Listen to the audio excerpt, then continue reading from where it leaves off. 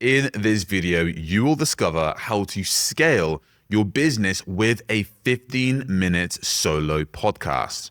So in this guide, we're breaking down the exact system business owners and experts are taking advantage of to go from being invisible posting content online to becoming an industry leader featuring on page 1 of Apple Podcasts and Spotify in 90 days or less.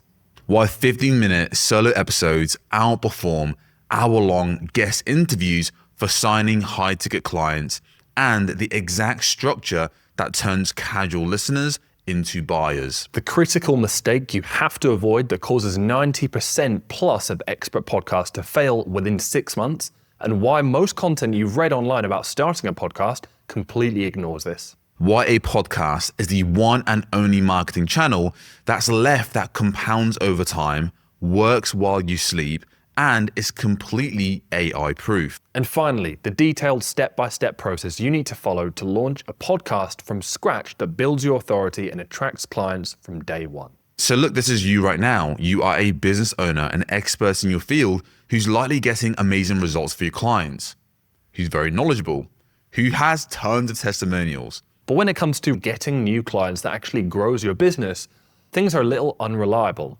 You do get referrals because you're great at what you do, but they're not always consistent. You're posting on social media, but not gaining traction. The thought of running ads, doing cold outreach isn't appealing to you at all. So what do? You get on the social media hamster wheel and end up like this dog in a burning room. You're smiling, trying to keep up a good face, but around you things are burning down. You're not gaining traction, you're not getting the results, and you're certainly not getting the clients you want from your posting on platforms like LinkedIn, IG, social media. Now, deep down, you've probably already realized that that's not the answer. You didn't spend years building your expertise just to dance on TikTok for the algorithm or play a game that you secretly hate in order to scale your business online. Look, you want a way of getting clients that actually reflects the depth you know. One that suits your voice and attracts the right people. One that compounds over time instead of dying the moment you stop posting. One that works while you sleep, not demands your attention 24/7. And look, if that's you, you're exactly in the right place. So, seeing as you asked, we should probably introduce ourselves. I'm Tig. I'm Anthony, and over the last 3 years, we've generated over $1 million with our coaching business. We help business owners and experts attract dream clients into their business through 15-minute solo podcasts. Now, as you might guess, on the right here you can see our own podcast, which we grew to generate 6 figures in new business for us last year. It's called Why Your Podcast Isn't Growing. That's all the credibility out of the way. After working with 250 plus experts, consultants, and coaches, we've seen people repeat a few patterns. For example, we've seen time and time again that people go from having no following to ranking on page 1 of Apple and Spotify, that's Apple Podcasts, within 90 days. Turning a podcast into the primary lead source for their entire business. Building inbound pipelines that work without social media ads or cold outreach. And finally, ditching social media as a marketing channel for good because they've found a more authentic and aligned way to scale their business and bring consistent income. For example, Michelle, who now regularly turns her listeners of her podcast, Overwhelmed Working Woman, into $6,000 plus high-ticket coaching clients. Or Kyle and John, who added $1 million to their pipeline revenue within 6 months of implementing this system. Now look, the system we're about to walk you through is the exact same process that these clients use to get those results. But firstly, look, why even podcasting? Every time you step online, you're probably bombarded by one or more of these new million tactics to grow your coaching or consulting business. So how do you know which one to choose, and why even start a podcast out of all the other things you could do? Well, firstly, the amount of podcast listeners is growing and growing and growing. And you've probably felt this just generally being a person in the world, that podcasts are always getting more popular, and the stats do show that as well. So in 2021 to 2025, so we've gone from 383 million people listening each month to now nearly 600, probably more by now in 2026. In 4 years, that's nearly a 50% increase in the number of new active podcast listeners every single month. And that number is only growing by the year. Anthony, I've heard it all before. Great. Demand is rising, but so is the supply. There's like 1 million podcasts. Everyone has a podcast. Well, look, here's the crazy thing. The number of actual active podcasts has gone down since 2021, Before it was at 755,000. Now in the previous year, 2025, is down to 440,000 active shows. So what this means is the number of active monthly listeners has increased by 50% over the last 4 years, whilst at the same time, the number of active podcasts publishing new episodes has nearly halved within the same time. I'm not an economist Or a mathematician. However, I do understand the general principle of high demand, low supply equals opportunity, baby. Opportunity, baby. Companies, big brands are spending billions and billions of dollars every single year on podcast advertising. And this year alone, brands are projected to spend over $5 billion on podcast advertising. And not just because more people are listening to podcasts, because podcast listeners are super valuable in the landscape of advertising, online and online marketing. Research has proved that 44% of listeners bought a product after hearing a podcast ad, and 86% of podcast listeners recall ads after 1 week, which is higher than any other tested medium out there. Look, it's no wonder why podcasters like Joe Rogan was able to land a $100 million plus deal, is because his audience are really that valuable. And last but not least, is anything real anymore? Is anything real, Tig? I'll be honest with you, I have no idea. I open up social media, I see AI post this, AI post that. I watch an ad thing, that's amazing. And then it goes, oh, did you know this is an AI ad? I'm like, whoa, holy crap. That is a world we're living in. 2026, it's all doom and gloom. Things are going bad. Bad. It's 2026, AI's taking over. Things are getting progressively worse when it comes to the social media landscape. You're feeling it, he's feeling it, I'm feeling it, we're all feeling it. He's real. And because, like we can see here, people are doubting pretty much everything you're seeing on social media or the internet these days, it also means that the audiences are gravitating toward the only trusted mediums out there, which again is by far not social media anymore. Podcasting, on the other hand, is the last medium where you can't really fake trust. If you've listened to a podcast before, you know how conversational it is, how natural it is, and you just know the reason why it's done so well over the years. It's very different to all the other mediums out there, and that's only becoming increasingly more important in the age of AI and distrust online. Now you might be thinking, great, I heard AI voices, they're gonna do AI podcasts too. Yep, they will at some point, and these words probably won't age very well. However, the day where AI voices take over podcasts and podcasts become as distrusted as social media is not yet. And so what that means for you is very important. It means that those who build a trusted audio presence today will own their niche before the majority realizes the game has changed. Well, why a 15-minute solo podcast? Well, the typical way that most business owners and experts believe they should launch a show is by copying what they see other people doing, which is a typical 60 minutes guest interview show. Now, the issue here is if you're a business owner or an expert who wants to add a marketing channel to your business so that you can attract dream clients and customers in, but you're copying what other people are doing, which is guest interviews that are 60 minutes, the entire format and structure is incorrect for the goal you're trying to achieve, which is to attract clients into the business. So what do I mean? You invite a guest onto your show, you interview a guest. The guest is the person who's positioned as an authority, as an expert, sharing their expertise. And the next thing you know, they're the ones who are gaining traction. They're the ones where the spotlight is on them. They're the ones who are positioned as the authority. And they're the ones who are now converting your audience into their clients. That is a completely backwards approach as far as you building your authority and you attracting dream clients into your business. And that's why the typical interview format is a terrible approach for serious business owners and experts who want to use a podcast to scale their business. Whereas with a solo podcast, you're the person providing the value, you're the person sharing your expertise, and you're the person who has the spotlight on them. That means the audience you build that like, know, and trust with you. Means they'll actually want to pay and work with you rather than paying and working with the guests you have on your podcast. The problem that most online coaches and experts are given is they have to pick between two very extreme content formats. You either go the short form content route, which causes massive issues as far as how are you meant to build trust with someone within 30 seconds? How are you meant to demonstrate your expertise within 30 seconds? And how are you meant to convert high ticket clients with 30-second clips posted on social media. And then finally, to top things off, it's not even like you enjoy creating short form content. You don't even like it as a medium, but you're being forced and following that narrative because it looks like one of the two options you have in front of you. And then on the other side of the extreme, you have long form content, which is like a 60-minute long podcast. And you're likely aware of the massive value long form has. The problem here is if you're trying to build up a new audience and you don't have a following already, why would a total stranger choose to invest 60 minutes of their time consuming your long form content? So for the users, it's a gamble. They're not going to invest 60 minutes, which makes it way harder to build up an audience when you go down the long form route. Not to talk about the fact it takes up a lot of time for you to even produce really good, high quality long form content in the first place. But we're here to say there's a different way. There's a much simpler way. There is actually a middle ground, and that is the sweet spot, which is a 15-minute solo podcast.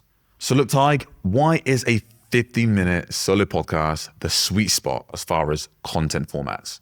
Well, 15 minutes is short enough for someone to actually give you a go if they've never heard of you before, and simple enough for you to add into your workflow, but long enough to build massive amounts of trust and allow you to express yourself fully compared to short form content. Not to mention the fact that you naturally just stand out way more by way of most podcasts out there just being another weekly 60-minute interview. It's really not that hard to stand out and have something that people talk about and people start to share by having such a different format. Which is why it's so funny to us that so many business owners are like Superman at the bottom here, sweating over which type to start, when for us, the answer feels fairly obvious. Are you sure that's Superman? I thought it was, isn't it? Nah, I don't think that's Superman, my guy. Okay.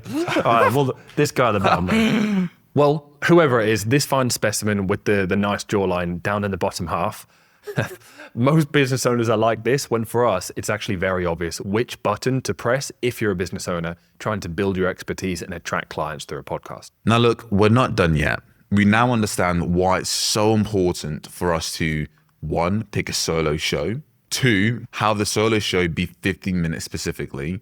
And the final piece we need to get clear on as far as this being the biggest opportunity for business owners and experts who want to build niche authority and attract dream clients through their podcast is specifically how podcasts actually grow.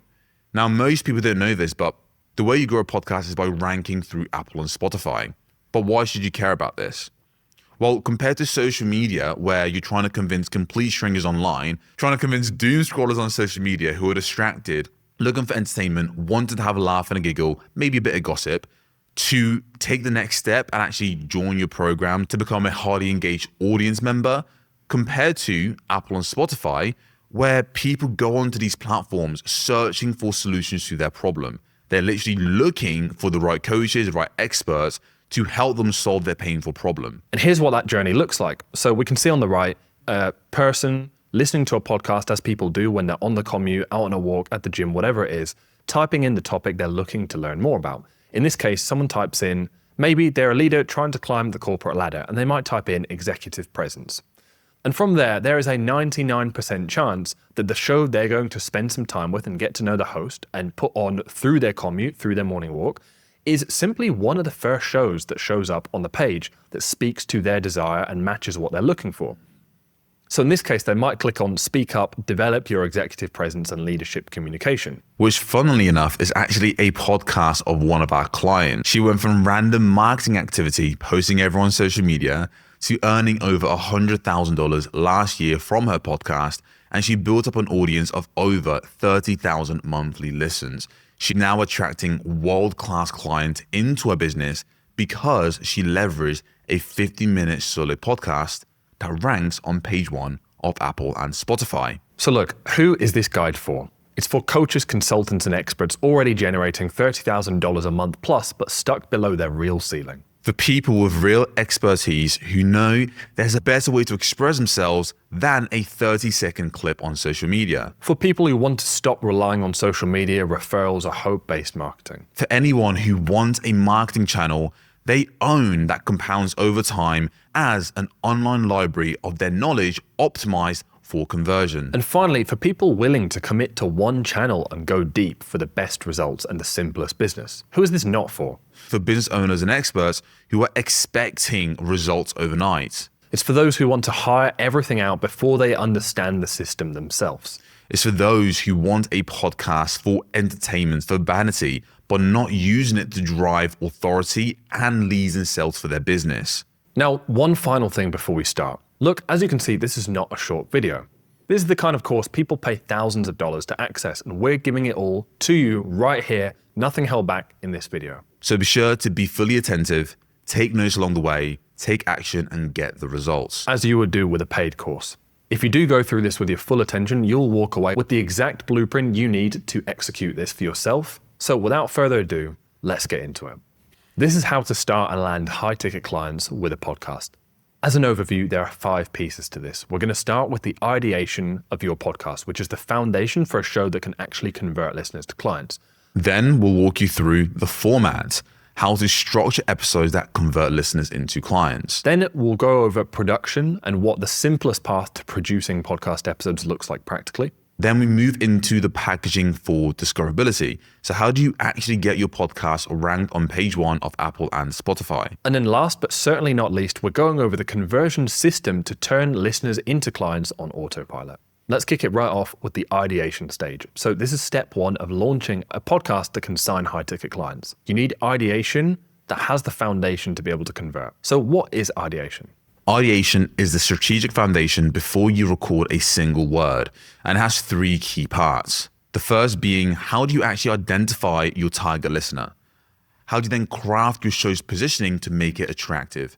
And how do you build a content strategy that keeps people coming back for more? So if you do this right, you start with a specific target listener. For example, coaches and consultants making $30K a month plus and stuck relying on social media, which then it leads you into being able to develop clear positioning off the back of that, meaning your show name could be something as specific as Clients Without Social Media, the podcast for online coaches, which by the way is a middle of the road show name compared to what we're going to show you, but just for the sake of the example. Those 2 things then stack, allowing you to create a really focused content strategy, meaning that when ideal clients find the show, they feel like every episode is made for them and they hear themselves described perfectly, which lastly, of course, leads into insane results. You'll rank on page 1, you'll have a compounding pipeline of inbound leads, and your podcast will be regularly converting them into new clients. Now that's ideation done right. What is ideation done wrong? This is a typical approach that most business owners and experts follow. They have a vague audience. I help business owners and entrepreneurs grow, which then leads to a very generic positioning with a show name like the Success Mindset Podcast. And by the way, you might be thinking, oh, I know loads of people with titles like the Success Mindset. Well, it turns out those were individuals who already had massive audiences prior to having an actual podcast launched.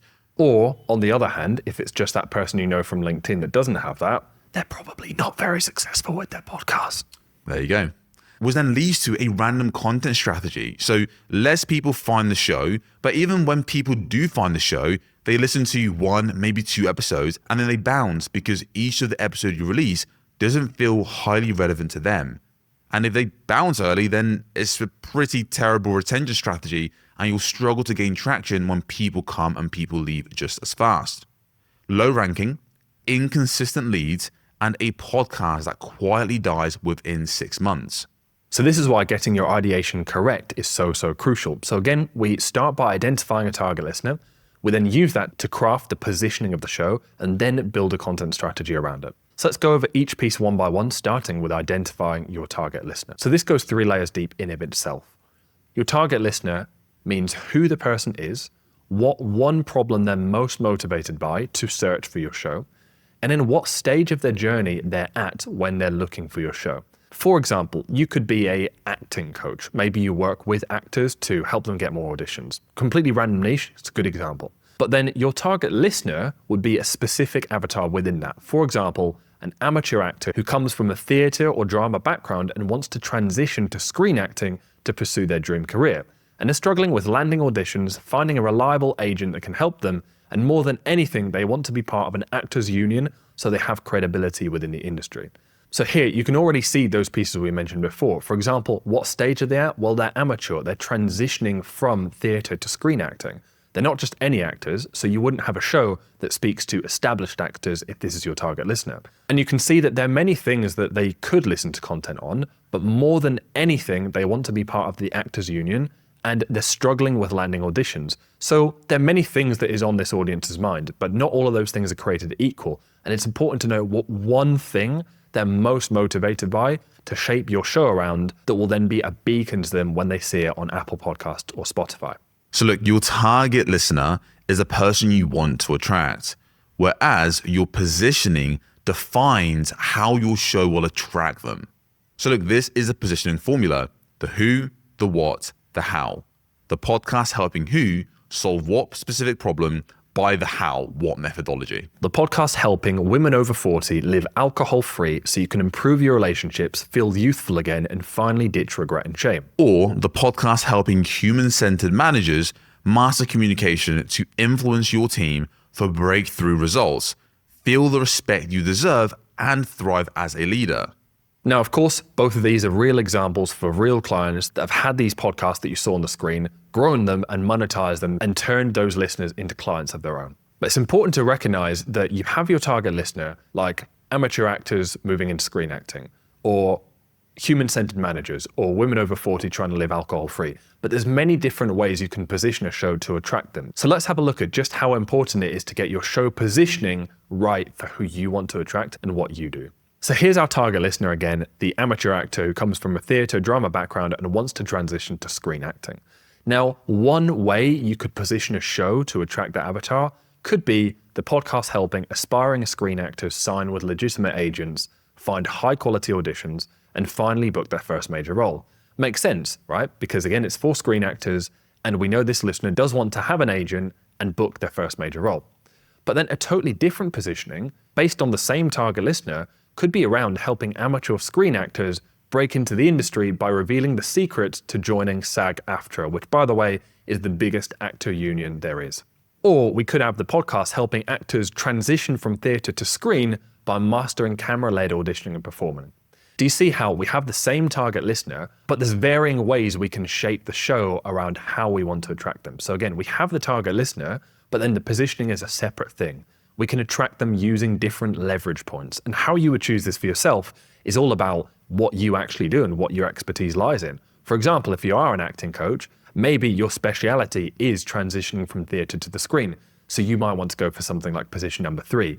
Or maybe you're just really in the know, you have a great track record with getting people in to this exclusive union called SAG-AFTRA. In that case, obviously you'd want to use something more like positioning number 2. Now here you have Apple Podcast pulled up, and you can see the 3 different positioning displayed on the screen. You can also see how each one of the covers are very different and give a totally different feel from one to the other.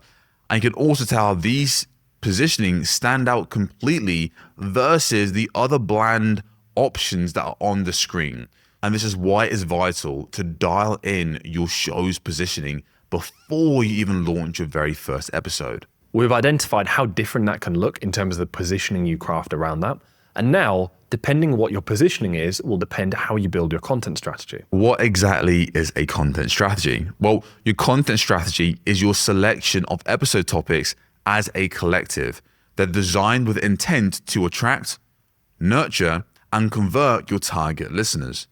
Your positioning acts as the guardrails for this. Here's what we mean. Imagine this slide, and the slide is your content strategy. Your listener finds you at the top of the slide, and by the time they've slid down the slide, they're ready to buy from you. Your content is the thing that brings them down the slide from unaware of you, struggling with a problem, to then knowing you, being warm to you and ready to buy. But you can only do content and talk about things that fit within certain parameters. Those parameters are your podcast positioning. So any content ideas that have nothing to do with your positioning fall outside of those guardrails, outside of the slide, and are irrelevant, like this bush over there on the left. Now, if the slide analogy wasn't enough for you, let's have a look at some actual episode titles that would and wouldn't fit certain positionings. So we have example number 1.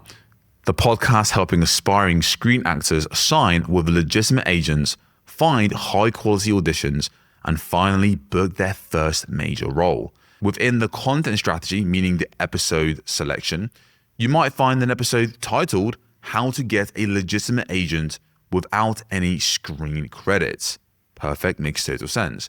Or another episode might be how to find auditions that are actually right for you without being in a union. But then when we compare that to show number 2, the podcast helping amateur screen actors break into the industry by revealing the secrets to joining SAG-AFTRA union, those episodes would feel a bit out of place because that show isn't really about finding auditions. Sure, that's still relevant to actors, but this show specializes in joining a union, meaning that it would have episodes like which work should you take, non-union or SAG-AFTRA, or your fastest path to a SAG-AFTRA card, or other episodes like number 2 that are specific to getting a SAG-AFTRA card.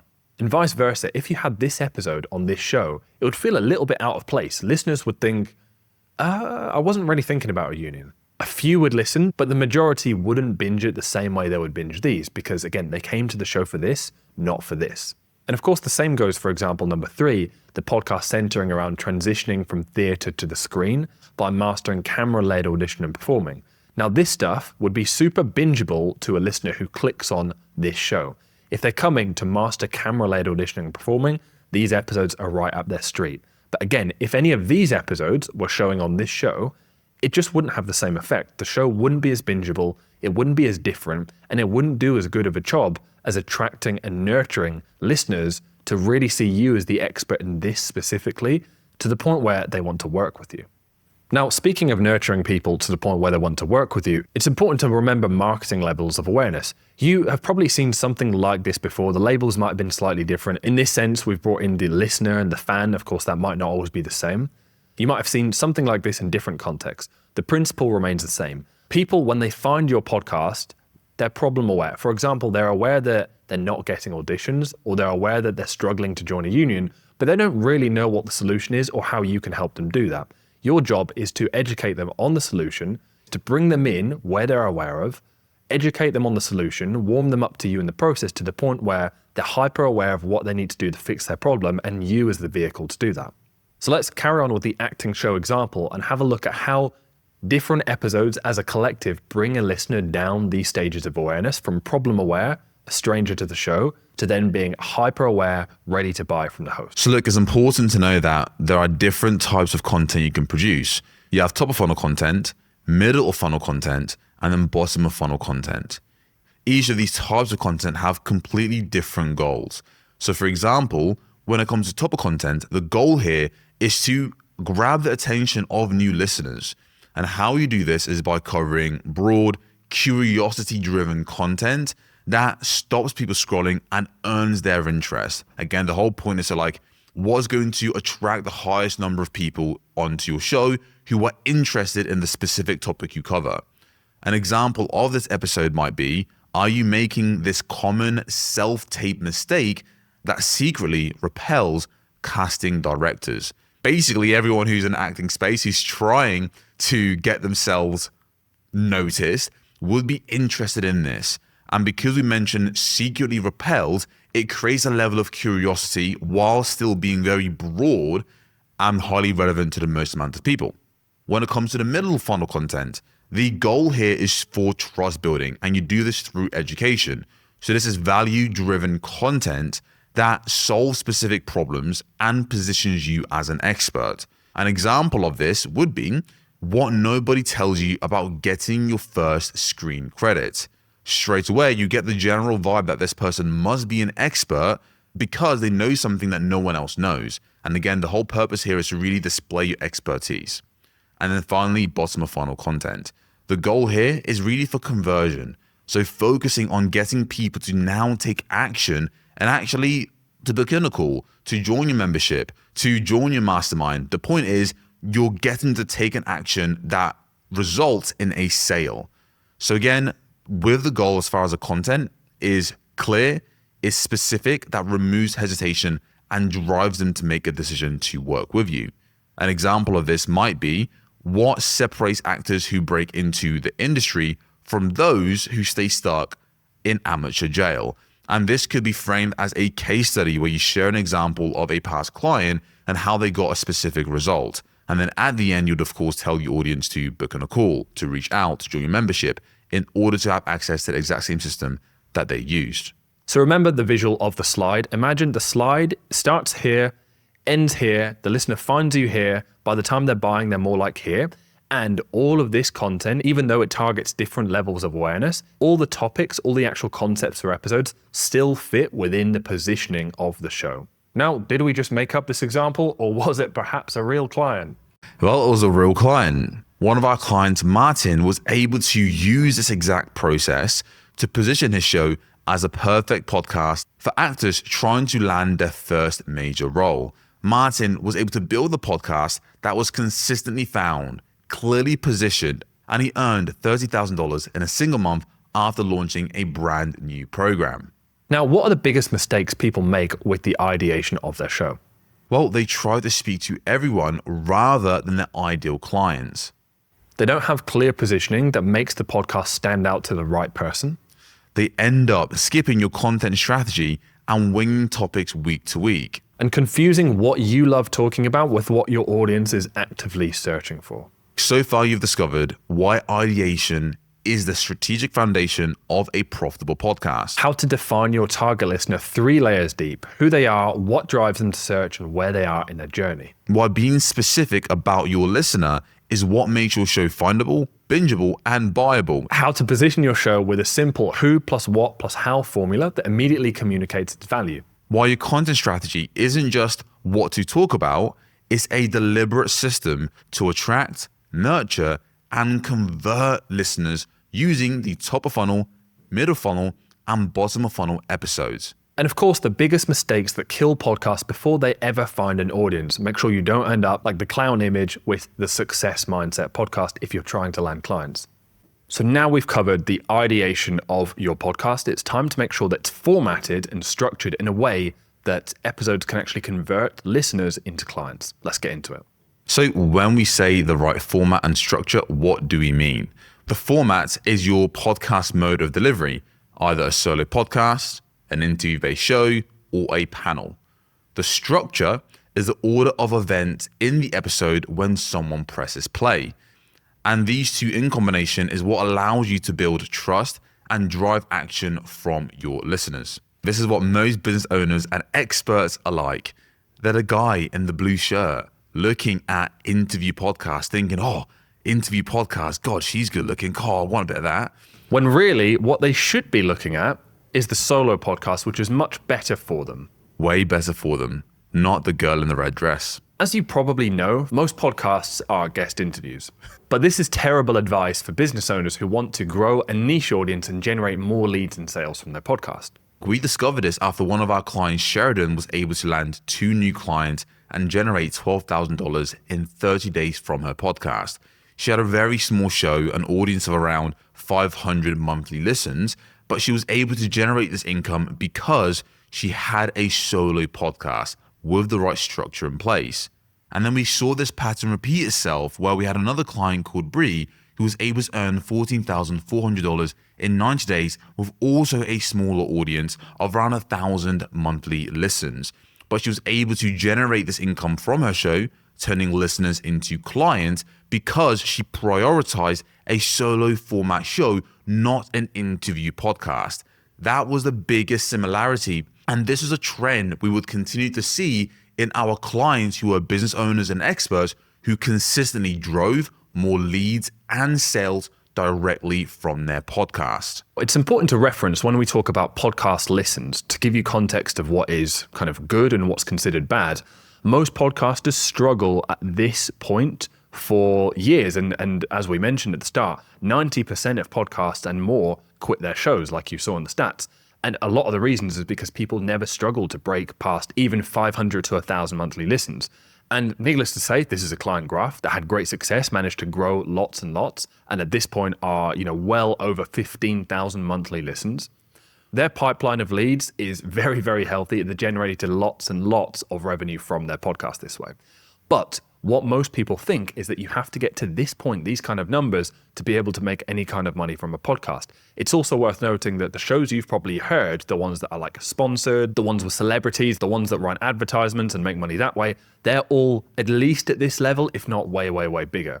And so it was revolutionary to us when we found out that the two results you just saw on the screen before, they came from shows that we were helping when they were still at this size before they started to grow.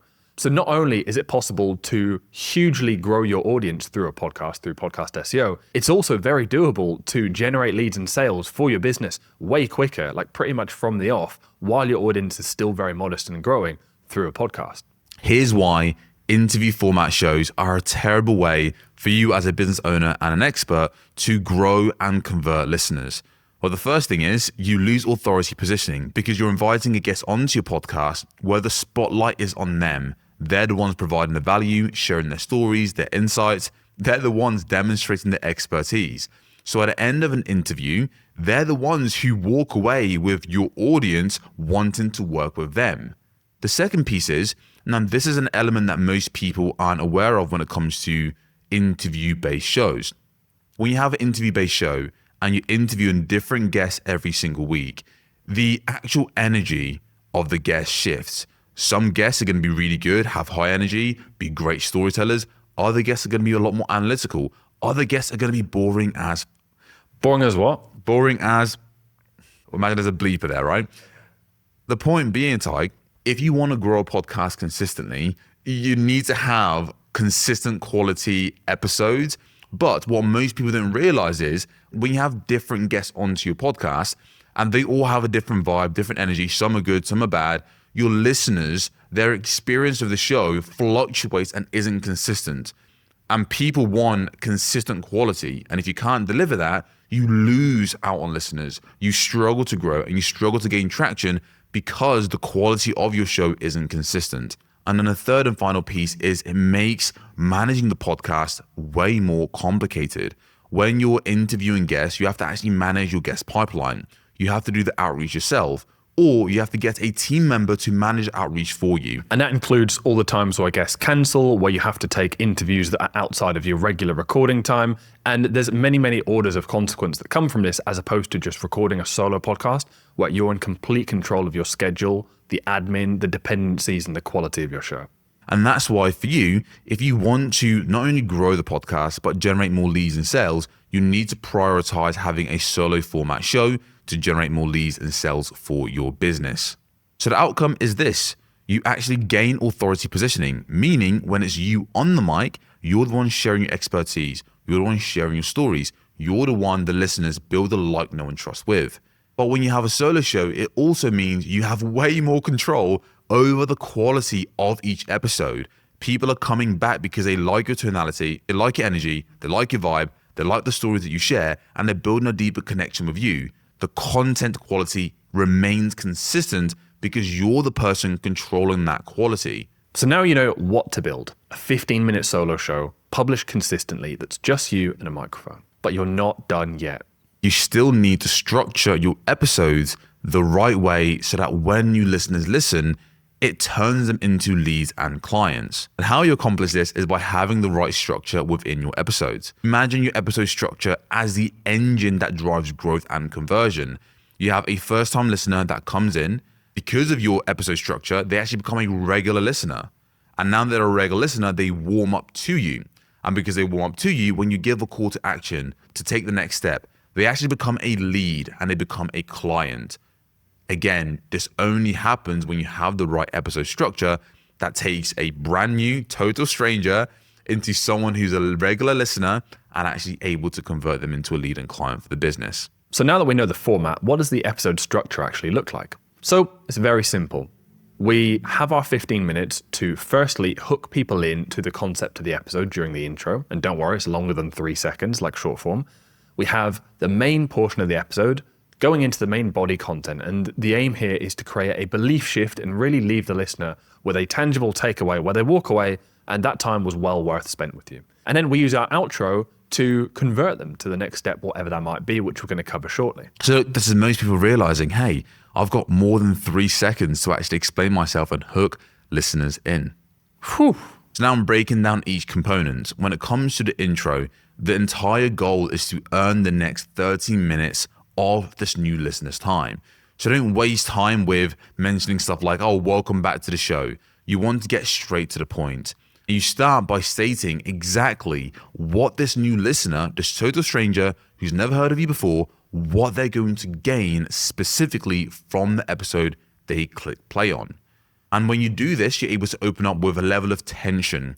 You call out the problem they're experiencing, and you also share the massive benefit they're going to gain by listening through to the episode. And a really easy way to make sure you hit on all of these points very smoothly is to share your positioning during the intro of the podcast so that people not only get excited for what's to come, but they also buy into the concept of the show overall rather than this particular episode. So the positioning, of course, is what we went over at the start in the ideation phase. For example, welcome to Acting Podcast, the podcast helping amateur actors transition from the theatre and drama background into screen acting by mastering camera-based auditioning. Whatever that positioning was that we came up with, we're going to state it in every single episode to immediately signal that strong, unique positioning to new listeners so they're bought in. Then we have the body. The main goal here is to deliver value, to move people towards a new belief. Again, you're not just creating content to make content. The whole point is to nurture an audience, to build a relationship with them, but also to get them to actually move as far as like being aware they have a problem, getting clear as to why they're stuck in that spot, and then also viewing you as a person who can help them solve that at a deep level, i.e. them hiring you. So Tyke, how do you actually accomplish this? Well, again, by being simple. So keep it focused on one problem and one belief shift per episode. This keeps it easy to absorb for the listener so they really take away what you're saying. And of course, easy for you to create content. And the good thing is there are many ways to do this. There are infinite ways to do this. And that's not to overwhelm you. That's actually to encourage you that podcasting is a format where you can be more of yourself. You don't have to be so rigid with how you accomplish this goal. This is the high level goal. We want to create a belief shift within our listener, but how you do that is completely down to you. Some of the best ways include sharing a story or past experience that you had or a client had that led you to this belief. Another way would be breaking down a common misconception around how listeners think about this problem that then shifts the belief. Ultimately, this is where you get creative and lean into how you best communicate.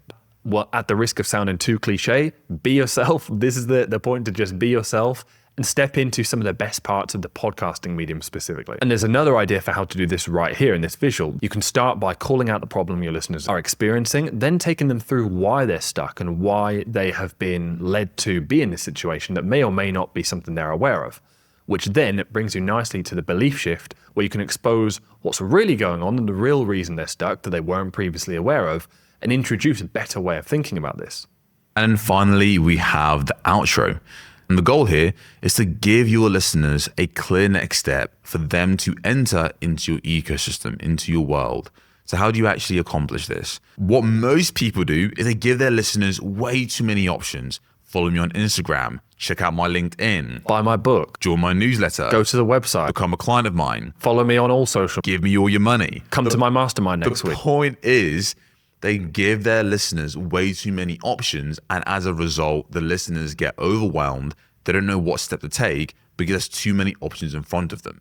You want to streamline the process and provide your listeners a clear path, one single call to action that they should take as a clear next step. Now you understand that you need to have one clear path that you want to send people to. The question then becomes, what do you actually say in order to get those listeners to take action? And we have this simple framework right here. So Tiger, obviously we've got a bunch of different emojis. What exactly is the PASS framework? Well, it stands for pain, agitate, solution. And this can be as simple as 3 lines, one that addresses each point. So for example, are you stuck relying on social media, having to get clients, even though deep down you don't really like it? That would be the pain, the problem that you're aware of. Then we would agitate that. And you also know that with every algorithm change, with every new creator that comes on the scene that actually really enjoys short form content, you fall further down the pecking order and spend more time getting more frustrated with less results from social media as a way to get clients. And that would be agitating it, showing how the problem is really a problem for you and showing the consequences of staying stuck in that problem. And then we bring in the solution. If so, click the link below and find a time where we can walk you through exactly how you can start a 15-minute solo podcast so that you can ditch social media and get clients way easier and way faster than before. And of course, that solution feels like a natural next step to the problem we're just going through. Social media It's really a pain if you're not good at it and you don't like it. So the next step, book a call for something that means you don't have to rely on it anymore. So now we know we need a direct path. You now know what to say. The question then becomes, well, where do you send people? Now, there are two specific paths you can take. The first path is path A, is a lot more direct, where you tell someone to book a call or buy your product. The point here is the goal is to convert that listener to buy straight away. And then we have path B, where you would incentivize your audience to enter into your ecosystem by offering them a lead magnet. Now, that might be a free course, it might be a guide, it might be an ebook, whatever it is. The point is you're offering something of value to your audience as a lead magnet to get them into your world. As far as path B, the goal is then to send them specific emails. And within those emails, you're nurturing them over time, and you're then giving the call to action to book a call, to buy your stuff, to join your community, whatever that sales mechanism is for you. That's what's happening when you're sending these emails. Now, there's one more crucial thing to remember here about podcast calls to action. It's that most business owners completely put off their listeners with a random call to action that just feels like a random pitch rather than a natural next step. Needless to say, it's really important that you don't do this so that you get the most out of your podcast and don't end up like the 90% that end up stopping because they just didn't see a way to translate it into growth and sales. For example, let's go back to the Actor podcast. Today, we're talking about building confidence in auditions, and the whole episode is about that. And then you get to the end and it's go subscribe to my newsletter for more weekly tips on acting. Boo. You'd be like this listener here, like, what does this have to do with the episode? Yeah, like, I guess it's about acting, but it doesn't feel connected. It feels like a pitch by an acting coach on an acting podcast, even though it's within the same umbrella. It's really not a natural next step. It's got nothing to do with the content of building confidence in auditions. It's just shoved in there. It's a bit lazy, really, when you think about it and you think about the opportunity you have to direct your listeners somewhere else. They end up like this pack here, all grayed out, all black and white, how they're feeling, how they're looking, buy, not for me, what? On the other hand, today we're talking about building confidence in auditions. We finished the episode, we've delivered value on how to do that. And we end with, if this helped, I've got a free Confidence in Auditions checklist you can download. The link is in the show notes. Listeners would be like, wow, that's exactly what I need right now. Perfectly related to what you just spoke about. Oh, while we're on this topic, you have this as well? Perfect. Let's go. And the crowd goes wild. Woo! Hopefully you can see just how disconnected or how connected your call to action can feel in context to what you just spoke about, even if it's a call to action that is within the same niche or within the same business. It really has to be closely related to the topic at hand and specifically what you just covered to really feel like that seamless next step for listeners. So look, these are the common mistakes you need to avoid at all costs. Number 1, interviewing guests. Number 2, rambling intros. Number 3, not being yourself and having fun with the episodes. And number 4, not doing that, but also not following the proven episode structure as you do it. So look, here's what you've discovered so far. Why a 50-minute solo podcast is the only format that builds true authority and generates sales for your business. Why guest interviews keep online coaches poor. How to hook new listeners within the first 30 seconds of them clicking play. The proven episode structure that turns more listeners into buyers. And finally, the CTA format that gets more of your listeners to take action at the end of your episodes.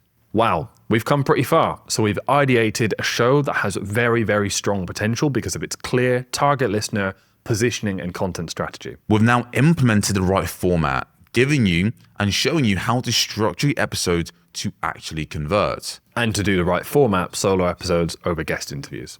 Now it's time to go over the most practical part of this, which is like, great, okay, I can do all this work. What actually has to happen for me to launch and record and produce and upload a podcast? So production is the technical setup and systems to record, edit, and publish your episodes. The goal is a setup that's good enough to be credible, yet quick enough that you actually do it consistently. So these are the 3 phases you need to fully understand. The first is actually recording your episode. The second is editing the audio. And then finally, the publishing and distribution side of podcasting. So when it comes to the recording setup, like we mentioned throughout this guide, there's no need to overcomplicate it. You need a microphone plugged into a laptop with one recording software. Now, the microphone that we're using right now, the one we would recommend, is called the Shure SM7B. And because it's a pretty good microphone, you need to connect it to an audio interface, which the one we use is called the Scarlett Focusrite, that then connects to your laptop. So microphone connected to an audio interface, connected to a laptop. Now look, whilst you can get a cheaper microphone that doesn't connect to an interface, we wouldn't recommend going the cheaper route, because you want to build a brand that feels high quality, that feels premium, and you don't want to cheap out on the most important aspect of a podcast, which is having really solid audio. Don't be a cheapskate, go for the more expensive one, present your podcast as something that's high quality and premium. And then the last thing you need, apart from a laptop, which is probably a given, we didn't mention that, is a recording software. Now, we massively recommend one called Descript because it's incredibly simple. It's very, very state of the art with the recording, editing, transcribing, all of those features that will save you way more time compared to other softwares. We've tried and tested them. As you can imagine, the links to all of these are down below. Now, this is all very straightforward. There's one final piece of equipment that begs quite a lot of discussion, and that is the camera. Oh, well, do we need a camera? Do we not need a camera? Are we going to be going on to YouTube or what? This is a question we get asked so many times by business owners and experts who are looking to launch a new show. Do you need to be on video? Well, look, the thing is, the end goal is to be recording in video format so your podcast can go on YouTube. Yet one of the most fatal mistakes that business owners make that leads them to eventually falling off the wagon, quitting their shows, is because they decided to start their podcast with video and audio as well. What we thought about starting video is you do the podcast that you're already doing and you just turn on a camera. You just add a camera into the mix and nothing else changes. Simple enough. Like, why wouldn't you just do that as well? And this is from personal experience as well as hundreds of clients going through the same process. But here's what it actually turned out. So while this was the expectation that we held and that most podcasters hold before starting video, the reality looks more like this, which is that you have so many following orders of consequence from that one decision that was meant to be simple. You're now thinking about what to wear, and that can be a big or small decision depending, how many clothes you have to choose from. But there's also the factor of when it's just audio, you don't have to present yourself, so you can just wake up, record it, and not even have to worry about that stuff at all. You're telling me I can wake up and record my podcast naked? I mean, technically, not done that one before. Yeah, all right. That's not one getting raunchy. It's not one that we advocate for. But you can record in your dressing gown, your robe, your comfortable clothes. Well, stuff that you wouldn't normally present yourself in. Well, enough of that nudity, and let's go into the next section that adds another layer of confusion, which is you're now having to look at your YouTube stats as well as your podcast stats. Now, when you're just getting started, this feels overwhelming as far as like having too many data points to look at.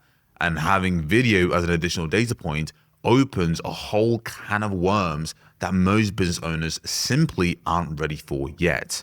You're then focused on getting good lighting. So not only do you have to put on clothes to record, who would have thought that? Oh my God. Felt liberties. Boring. But now you have to make sure you're in the right spot, recording at the right time of day with the right lighting. Otherwise, you might as well not do video because no one's actually going to enjoy watching it on YouTube.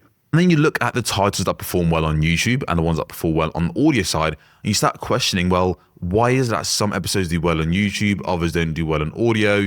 Why is it that certain titles are longer on audio, others are shorter, and they perform better on YouTube? The point is, there's a whole can of worms that opens up when you're adding YouTube into the mix. Then you're looking at the camera and realizing that you can't just reference your notes as you record as much because your eyes need to be on the camera. So there's this whole thing of like, oh, before I was looking at the mic or at the person I'm speaking to, but now I'm looking at the camera as well. And not to talk about the fact you get countless, thousands of emails, cold emails from so-called growth experts who've checked out your YouTube channel and all of a sudden have 1,001 advice they can help you in order to become more discovered.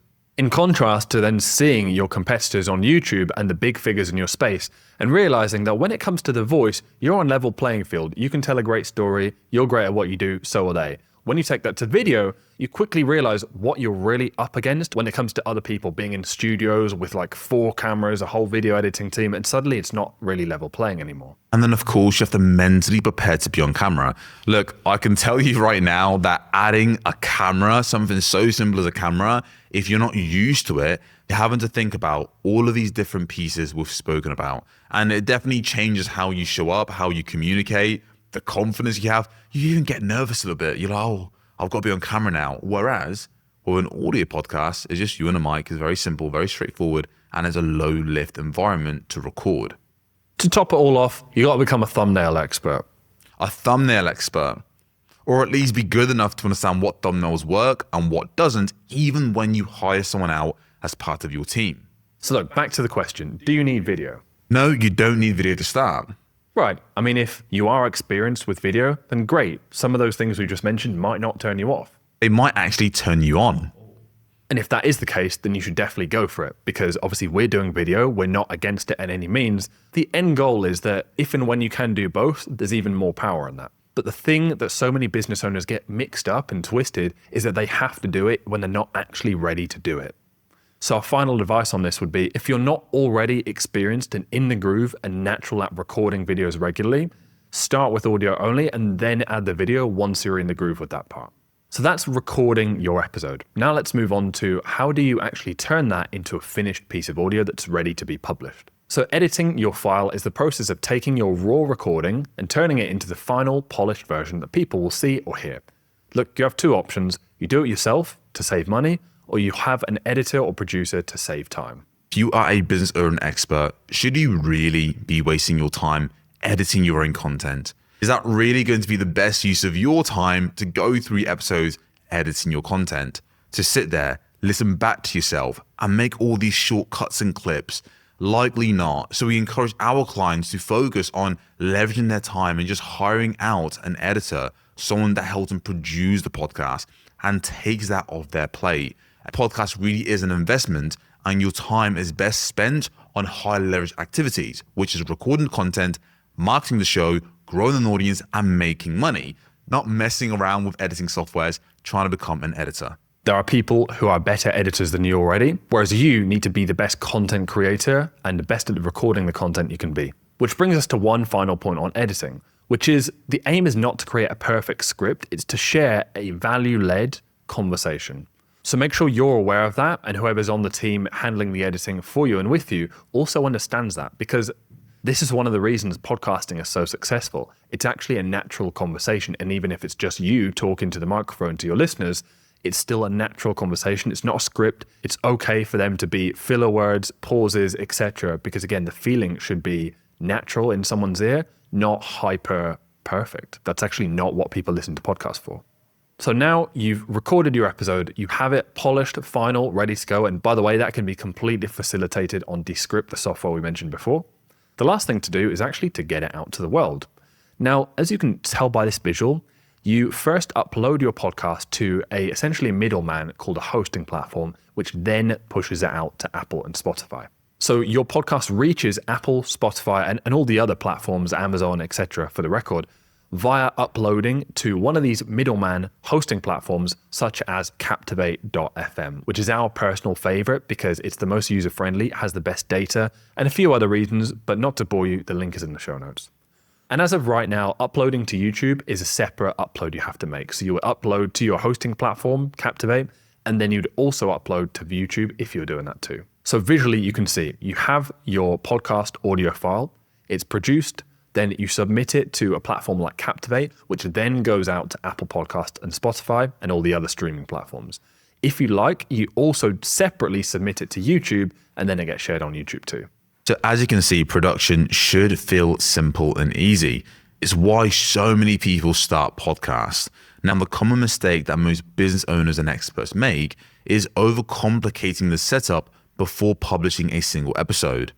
Waiting until the video setup is perfect before actually starting. And perfectionism around the editing, whether that's them editing it themselves or when they hire a producer, trying to get every single thing perfect. It doesn't need to be. So we've ideated the podcast. We've formatted and structured it in a way to attract strangers and convert them. We've produced the podcast in the most simple and easy way possible. Now it's time to package your podcast for best discoverability so that it actually ranks on page 1 of Apple and Spotify. This is where things get very exciting as we now take this podcast even further. Packaging for discoverability. How you present your podcast to Apple and Spotify. These are the two main streaming platforms that new listeners go to find new shows. When you present your show in the right way, you're able to show up on the results of page 1. And it means that potential clients can click your show once you show up. Because here's the thing, you might have the perfect show. You've gone through this entire process. You have a very attractive professional podcast, great episodes, all the right structure. However, if you don't have a traffic source, a way to actually get discovered, to get exposure onto your podcast, you won't grow and you certainly won't generate leads and sales from your show. You put a lot of effort in for no one to actually hear your show. Most business owners never fully understand this, so they end up wasting their time, effort, and money on all the wrong marketing activities for their podcast that doesn't actually drive business results, any leads or sales. This is the path that most people believe is how new listeners find shows. They believe they open up social media like Instagram. They then see a short form clip, a promo clip. They actually listen and click through the promotion and then listen to the full length episode. People believe that this is the journey that a new listener takes in order to find a new show. And the outcome from the promotion is growth. But this doesn't work. No one's opened up Instagram excited to find a new podcast to listen to. The algorithm, as far as your reach when you do promote your show, is actually decreased because these platforms want users to stay on their platform. Most people who see your clips don't actually click through and listen to the podcast anyway. So again, you put in all this work and effort into the wrong marketing activities because you don't understand how listeners actually discover podcasts to listen to. This worked a little bit better years ago when there were way less podcasts and the social media algorithms were way different. And somehow everyone is just still out here carrying this as like the main tactic or the main belief when it is so outdated. This is what the actual path looks like for a new listener discovering a podcast. They have a problem. They open up Apple and Spotify. They search based on their interest within that topic. So they might search in something like how to scale a coaching business. And then they see a bunch of results and they pick the show, the podcast, that best matches what they actually want. And then from there, they listen, they subscribe, they stay engaged. That's how new listeners actually find podcasts to listen to. Now look, Tug, we discovered this 5 years ago when we were still trying to earn our stripes, helping podcasters grow and monetize. And we found a guy called Jake Ward who grew his show to 300,000 monthly listens without posting on social media, without big guests, without paying for advertising. And it was all done organically by leveraging podcast SEO. So this is what his graph looked like.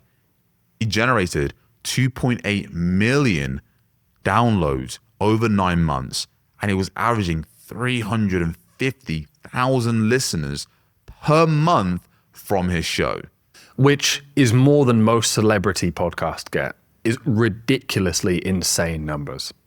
So the point is, if you want to be discovered by new listeners, you have to rank on page 1 for the specific keywords your audience uses to find shows like yours. And then once you're ranking on page 1, you need to be chosen once you're there. And this is how you use your podcast as a working marketing engine for your business. Because when most people are posting on social media, promoting, trying to grow their podcast, they're trying to reach the distracted doom scroller who isn't looking for their content. Compare that to how people find shows by typing keywords into Apple and Spotify, searching, looking for solutions, looking for new podcasts to listen to. So how do you actually get ranked on page 1 of Apple and Spotify so that, for example, when someone types in how to reduce anxiety at work, your podcast will be first on the page out of all those different shows? Well, there are 3 steps. The first is discoverability. How do you actually rank for search? The second is clickability. How do you get clicked on and be the one that listeners see first and choose first on the page amongst the others? And then finally, there's user engagement. How do you get them to listen? How do you get them to engage? How do you get it so the algorithm starts sharing your content with more listeners? So here's how to optimize your podcast for discoverability. It comes down to 2 key factors. The first is knowing what keywords your audience would use to find a podcast like yours. The second is knowing where to deploy those keywords, which is what we call indexing your show. So this is the process like we mentioned. Someone has a problem like, I'm struggling with anxiety at work. So they search in how to reduce anxiety. The goal is we need to understand what are the phrases, what are the terms, what are the things that they would search into Apple and Spotify to find a podcast like yours. Once you have those keywords, the phrases they would search, then you want to place them onto specific components of your show. Like what, Tyke? Like the name of your show, like the description of your show, the category of your show, the episode titles, and the episode descriptions themselves, which, by the way, are also referred to as show notes. When you place the right keywords, and during this course, me and Tyke will use the word keywords, search terms, phrases, it mean the same thing. The words your audience would use to find a podcast like yours. When you add these right keywords in the right spots, you're handing Apple and Spotify a map. They know what your show is about, they know who it's for, and they know to serve your content, your podcast, to those audience based on the phrases those audiences are searching. This sounds simple enough, but there are many ways people mess it up. For example, naming their show like a brand, calling it something like the Freedom Blueprint instead of How to Get Coaching Clients. Now, How to Get Coaching Clients is obviously much closer to the type of thing someone would actually type in looking for that topic. No one is going to be thinking, I want to get more coaching clients, and then just type in Freedom Blueprint, because that's the name of a brand. That's not an actual search term. The second is never actually researching what keywords they should rank for. They basically guess, or they don't even have a podcast SEO strategy. Which then often leads to putting keywords in the wrong places or not having them anywhere at all. Like we mentioned, there are specific places the keywords need to be to actually tell Apple and Spotify what your show is about. And thirdly, treating every episode as standalone content rather than all episodes under the same umbrella, the same positioning that form your wider content strategy. This isn't just important for the ideation phase like we mentioned earlier, but it's also important for SEO and for Apple and Spotify to really understand what you're about and what topic you're a core expert in. This is exactly how one of our clients, David, grew his audience to 7,500 monthly listens. He was able to rank for specific keywords like master communication, management skills, boosting productivity, team leadership skills. And because of that, when someone would search in those keywords, master communication on Apple and Spotify, he ranks on page 1. He's the very first show that they see. Therefore, he's able to attract way more opportunities into his business. And because he's an expert at leadership, communication, and everything he speaks on, and you could clearly hear that from his episodes, he regularly gets listeners reach out and has built a real pipeline for his business that way. As you can see, he was able to land a $12,000 keynote speaking engagement that he closed that came from his podcast. This is the roadmap when it comes to discoverability. First, write down a massive list of potential keywords your audience would use to find a show like yours. Second piece, use a platform known as Ubersuggest that will tell you the search volume for each of those keywords. And of course, you want to find the keywords with high search volume, but also the ones that feel most relevant to your audience. Third, you want to deploy these keywords in the relevant areas we spoke about: your show name, episode titles, show description, and your show notes. This gives Apple and Spotify the data they need in order to rank your show for the right keywords. Now, it's important to note that the more specific your keywords are, the better.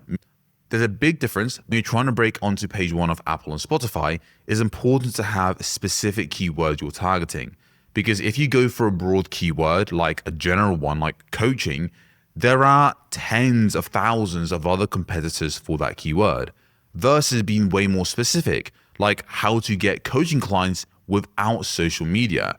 There's a much smaller number of people who are looking for that specific solution. And when you rank for that keyword, it's way less competitive, making it easier to actually show up. And then of course, you need to track your rankings over time. You can use a platform like Pod SEO that shows you where you're ranking for specific keywords over time. This gives you an idea of if you're moving in the right direction or if you're wasting your time completely. And then finally, iterate over time. Actually test out different keywords to see which ones drive the most growth for your show. It's not just a set and forget and you're off the races, there you go. No, it's an iterative process that you have to keep track of. So we've just covered finding your show in search, which is discoverability, which is the first part of podcast SEO. But next comes clickability. This is the process of building specific components of your podcast in the right way so that you stand out on the page when you do rank on page one and you actually win the click and listen over your competition. Oh, the psychology behind winning the click. Now think about it. The last time you searched for a show on Apple and Spotify, you didn't do major research looking through every single option that came up on the results. You simply scanned the results quickly and you saw something that caught your eye. Now, it may have been the cover art. Maybe it was the show name. Maybe it was the episode title. Maybe just the whole picture. Maybe it's a bit of a je ne sais quoi. Did I? Je ne sais quoi. I'm asking the wrong person if I pronounce that right. Maybe it was just the combination of all of them and you can't even put your finger on it. But these are the aspects that really form that element of clickability. Are you going to choose the show or are you not? And there's a chain of events in which someone has to go through when deciding a show to listen to. They first see the cover art, then they see your show name, then your show description, then the episode title, then your show notes. And like Tyke said, that's also known as your episode specific description.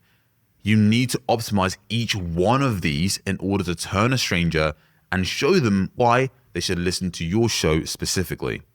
So let's start with the cover art. So the principles of a good cover art are simple. In fact, if I had to define a good cover art in one word, it would be simple because it has to be readable at thumbnail size on a phone screen and it'll be taking up like 1/10 of the phone screen because again, it'll be on the page with other ones. So too many words completely kills this. It has to be bold and simple. This is bold because the colors are very contrasting and there's one clear image. So again, bold and simple. It has to look professional and professional to the type of audience you're wanting to attract. So professional doesn't necessarily mean corporate or a certain way. It just has to imply that there's a high quality product inside, like this does. And of course, it has to feel aligned and relevant to your niche and what you're talking about. And where people mess this up is by doing the complete opposite. They have a cover art they personally like rather than a cover art that speaks directly to their listeners and their audience. Or they overcomplicate it. They add way too much on the cover art, thinking it looks cool and fancy, but actually it feels overwhelming and blurry and busy and doesn't stand out on a page. Or they have a cover art that doesn't stand out, that actually just blends in and looks bland rather than having very bold and strong colors to allow it to contrast in comparison to other shows on page one. Now let's cover the show name. So your cover art has grabbed the attention. It's down to the show name to not only get found through keywords, but also get clicked because it really speaks to the listener. And a name that only does one of those jobs is underperforming. So it not only has to help you be discovered, the show name also has to help you get clicked. Now, we already covered the show name during the discoverability section, but it's important to reference that it's not only about that, it's also having to be written in a way that is appealing to a stranger and actually gets clicked. Once those two things are in place, we then come to the show description, which is essentially your 30-second written pitch to a listener before they've ever heard a word or heard of you. And it needs to answer these 3 questions immediately. Who is this for? What does it solve? Why should I trust this show to do that? So again, you want to lead with the listeners and their needs, not yourself. You want to be specific about the outcomes you're going to deliver with the show, and you want to keep things tight. Don't make it overly long and boring and talk about your credentials. Focus again on the listener and what they'll gain. Remember the positioning sentence we came up with in the ideation section? The podcast helping amateur actors transition from theatre and drama to screen acting through mastering camera-based auditioning. That is the exact type of clarity you want to be leading your show description with. And then of course we have your episode titles. Now the main focus here is to make sure that you actually name the pain, not the topic. So focus, what is the problem your episode is going to help your listeners solve? Number 2, make it feel urgent and relevant to them right now. When you do this, you're tapping into what's going on for them right now. So they're a lot more incentivized to actually click and listen to your show straight away. You can do this by having titles that are phrases, hey, here are 3 things you need to do right now. And then once someone clicks on the episode title, they're going to be reading your show notes, which like we mentioned before, is essentially the description for the particular episode. So you have your show description for the overall show, you have your show notes, which is episode specific. And this is what the listener reads when they click through to the episode. So they're already excited because of the episode title. Now it's your job to fully convert them and make sure they hit play after reading that. So basically, you treat it like a mini sales page for the episode. Speak to the pain first, show that you understand the situation of the listener and that this episode will be worth their time. And then include a call to action at the bottom to actually get them to click play. So the bottom line is this. Ranking on page one is one half of the battle. But the other one is packaging your show so that it actually gets clicked and chosen over all the other shows on the page. Now moving on to the third and final piece, user engagement. Let's look at this point, you're now ranking on page one, now being clicked. The third and final piece is ensuring that when someone does click play, they actually keep engaged. Because when you do this, Apple and Spotify reward you by recommending your show to more of their listeners. So the main thing we're optimizing for right now is really that user engagement. So a key component of that is actually your retention. So what does that mean? Well, your retention time shows you the percentage of each episode that your listeners complete. When you have a high retention time, it means more of the listeners stuck around through the episode. And that's the goal. You want people to actually get this, consume and listen all the way through to the end of your episodes. Really? Really, Tig. This is a visual representation of what the typical show looks like on the left. Average show has a retention time of 60%. This causes massive problems because it means the majority of listeners don't actually get to the end of the episode. Now, what this does is it leaves a bad impression on the listener, so they don't come back for more and your podcast doesn't grow. It leads to stagnant growth.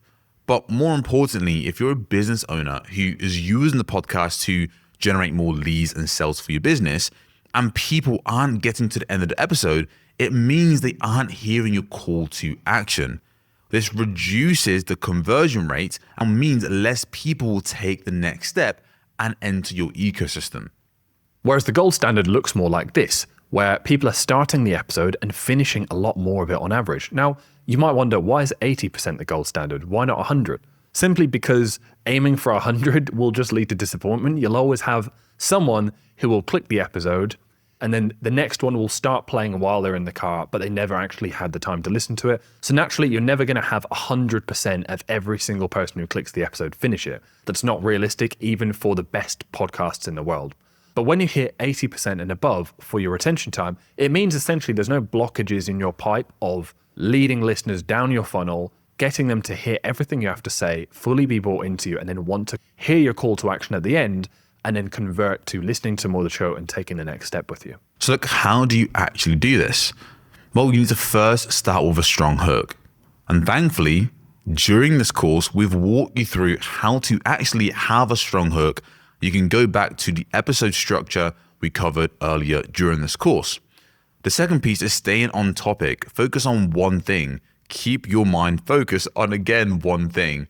When you do this, it gives listeners a very clear journey to go through and makes it easy for them to follow along the episode. And finally, deliver on the promise of the title. If your title is How to Get Clients Coaching, straight away, make sure you deliver and tell people exactly how they can get clients with coaching. I know it sounds obvious, but these are the pieces that sometimes people miss out on. That means the retention time is drastically lowered. So now we have all three parts of the podcast SEO process to get you ranked on page one, clicked when you're on page one, and making the most of those opportunities so that you keep those listeners, you get the most out of every listen, and you show Apple and Spotify by your metrics, by your retention time, that you're actually a good podcast that's keeping people on their platform and worth pushing out to more people. Now, here's why this is a massive opportunity for you. When it comes to solo podcasts that ranks on page one of Apple and Spotify, you have the first mover advantage. Right now, most online coaches are completely unaware that this is a totally new way to land high ticket clients for their business. They just don't know about it. Which means for you, if you get in early, you can start ranking on page one pretty quickly whilst other people are playing catch up. But the opposite is true. If you hold off taking action, you'll then be the person playing catch up and you'll find it way harder and way more challenging to rank on page one because way more people are now using the strategy in order to build authority and to attract dream clients into their business. And of course, as you can see, it's a very straightforward process when it comes to actually getting your podcast ranked on page one. You find the right keywords, you add them to the right show elements, you publish content consistently on Apple and Spotify, you rank over time, your audience grows, and you attract dream clients into your business. Again, it's a very simple but powerful process that you can start following literally today. So now we've covered the ideation, the format, the production, the packaging for discoverability of your podcast. There's one final piece which is obviously very crucial to actually generating sales and growing your business through having a podcast. So a conversion system is what allows your podcast to drive real business results, meaning more leads and sales. And most business owners think that just having a podcast entitles them to more leads. Like, hey, I'm just going to upload content and people will find me. Whereas smart business owners know that only happens when the show is designed as its own funnel to convert listeners on autopilot. So the image on the right is the classic trials and tribulations of the business owner that doesn't realize that they already have content through their podcast that is very, very capable of converting listeners into clients. But instead, they just think, oh, I just need to do more of it. There's no problems. Let me just post more content. And this is how business owners end up posting for years and years with a podcast, thinking that just one day something's going to change, when actually they've had the content there all along. They just haven't had the conversion system. Most business owners think that everyone should just book a call whenever they ask. But smart business owners understand that not all of their audience are ready to buy at any given moment.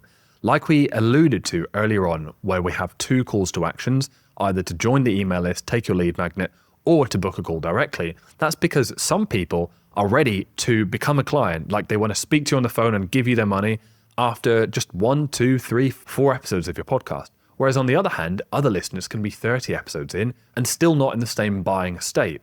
And that's fine, that's natural, because again, only a small portion of your audience are ready to buy at any given moment. The podcast conversion system needs to cater to both. So look, as a reminder of the paths for conversions. Path 1, book a call, buy my stuff, join my mastermind right now. This captures the audience members who are ready to buy right now. Path number 2, you offer them a lead magnet. You bribe them with something. You're going to give this free thing in exchange for your email. And then you send them consistent emails that then does the conversion for you. Either book a call, join my mastermind, buy my program. Doesn't really matter, but you need to have both of these because it allows you to capture more of the audience, those who are ready to buy now, and those who are just interested and want to step into your world. So now you have the entire system. After ideating your show and then producing it, you have a live podcast that's out on Apple, Spotify, streaming platforms, maybe even YouTube. But that's only where the journey begins. Let's recap the full listener journey. Millions of listeners every week type in exactly what they're looking for, the topic they're looking to hear more about on Apple and Spotify. Then you'll be discovered when someone types in those phrases because you're on page 1. Then you'll be clicked on because your show stands out across the competition, and the listener will think, wow, this show stands out, this show is for me. They won't even think that, it'll be subconscious, but they'll just click on you. Then we have our proven 3-part episode structure so that the listener hears the intro, thinks, wow, this is for me, is bought into you, even though they didn't know you 5 minutes ago. Here's your content, go through the body content of your podcast and really, really get to know you, as well as fall in love with your content and the message you have. And then get the invitation through your call to action at the end to take what feels like the natural next step for them. And whether after the first episode, the 3rd or the 30th, you're going to have compounding over time listeners going through this process and then taking different paths, either coming further into your ecosystem that then leads them to work with you, or just going straight to work with you by booking a call or buying your product directly. Now that you know how the system works, these are questions you might have. 15 minutes doesn't feel like enough time to build my authority. Well, look, Tyke, here's the thing. Like a surgeon doesn't build your trust by talking to you for 3 hours in a waiting room. You build it by being precise, by being confident, and by being clear with the time that you do have. That's exactly what happens with a 15-minute solo podcast. But won't it take ages before I rank on Apple and Spotify? Well, look, we've had clients who launched a new show with the right systems in place, and they were able to get started ranking Apple and Spotify within 30 days. If you launch a show the right way, with the right systems in place, you can start to quickly rank. And because other business owners, other experts are clueless about podcast SEO right now, it's a golden opportunity for you to start ranking without all of the competition and noise. I don't have a big audience. Will anyone even find me? Think about it this way. When people are going onto the platforms searching for your content, they don't care about your following. They just care if you're ranked on page 1. And because you now have the system to rank on page 1, when they see you on page 1, they view you as an authority. They already have it in their head that you're a massive podcaster because how would you be on page one if you didn't have authority? So again, this is why it's perfect for you, even if you have 0 followings. You can grow with literally 0 followings if you rank on page one of Apple and Spotify. I've tried being consistent before and it never sticks. The reason why you've probably been inconsistent, Ty, is because you've tried different content format, posting on different platforms that, if you were being honest, you weren't actually aligned with, you weren't passionate about. If you were aligned with them and you were passionate about it, you would have been consistent. And if you were getting the results, you also would have been consistent. So the fact you've been inconsistent is exactly why you need to try a new way of creating content. You know you need to build a personal brand. You know you need content. So you have to find the right medium that works for you. And if you like talking, you like sharing content in a way that adds depth, where you can be your authentic self, then podcasting is a very simple, very low effort way to get started building an audience online. What if I'm not a natural speaker or don't sound confident on the microphone? Or even start a podcast. I joke. Look, most business owners and experts who do start shows, they're not all expert communicators straight away, but they are all experts about talking about the things that they do on a day-to-day basis as experts.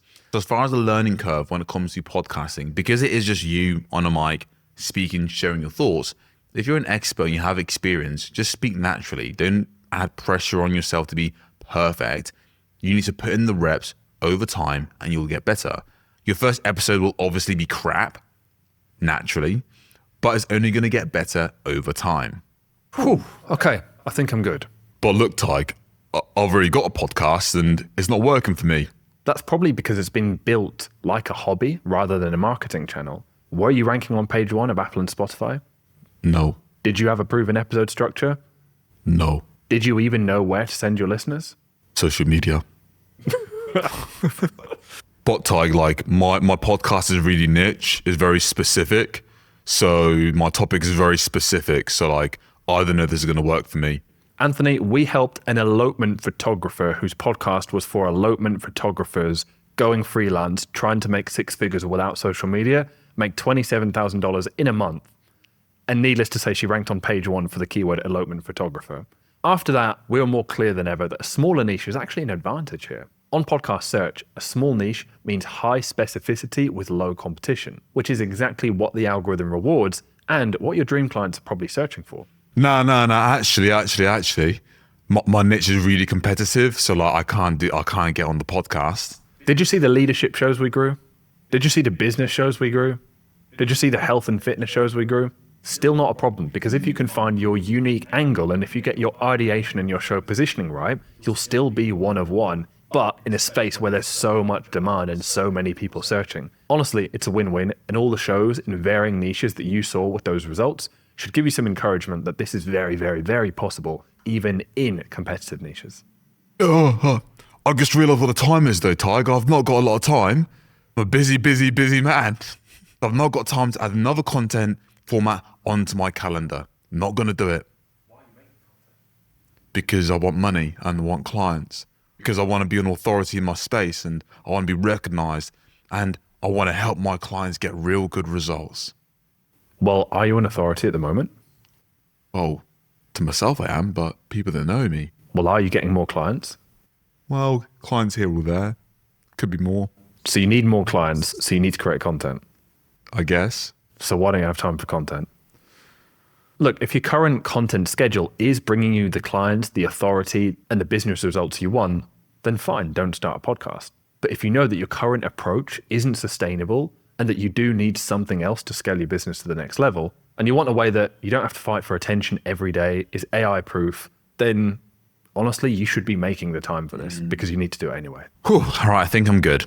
Now look, we want to be very honest here that growing a podcast is magical, but it's not a magic pill. You do need to have an actual strategy in place in order for it to work. There are more shows out there not doing well than there are shows doing well. Same with any other type of content you produce, whether that's Instagram, YouTube, LinkedIn, all these platforms. It's not a magic pill. You do have to show up. Now, what that means is you need the right strategy and system, which of course we'll walk you through during this course.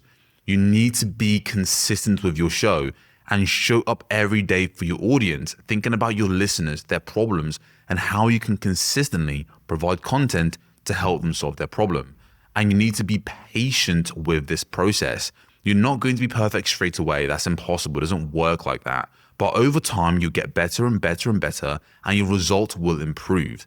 This isn't a shortcut. If you're thinking like you're going to come in, your podcast's going to blow up tomorrow, and you're going to become a millionaire, it doesn't work like that. But again, you're already a business owner. You're smart. You understand that any good thing worth creating does take time. But there is a fast lane to getting the results that you want. There's a slow lane, guesswork, not having the right systems, not getting expert guidance, not having the right strategy and approach. Or there's a fast lane where you take this seriously, you decide to go pro, and you actually get expert guidance. You invest in the right strategy, you invest in the right mentorship to point you in the right direction so you get the most out of the time you invest into your podcast, and ensure that you don't go through years of trial and error, but you get to the promised land way faster, which is building a niche authority within your space, ranking on page 1 of Apple and Spotify, and Tig, attracting dream clients who are high intent, who are actively looking for what you have to offer. So look, if you are a serious business owner who wants to build an authentic personal brand through a 50-minute solo podcast that ranks on page 1 of Apple and Spotify, that allows you to attract dream clients into your business without having to rely on social media, then be sure to click the first link that you see down below in this video. It will take you to a page where you can book in a call to explore what it would look like for us to build this out with you. And we'll help you build a podcast that ranks on page 1 of Apple and Spotify and attracts dream clients into your business.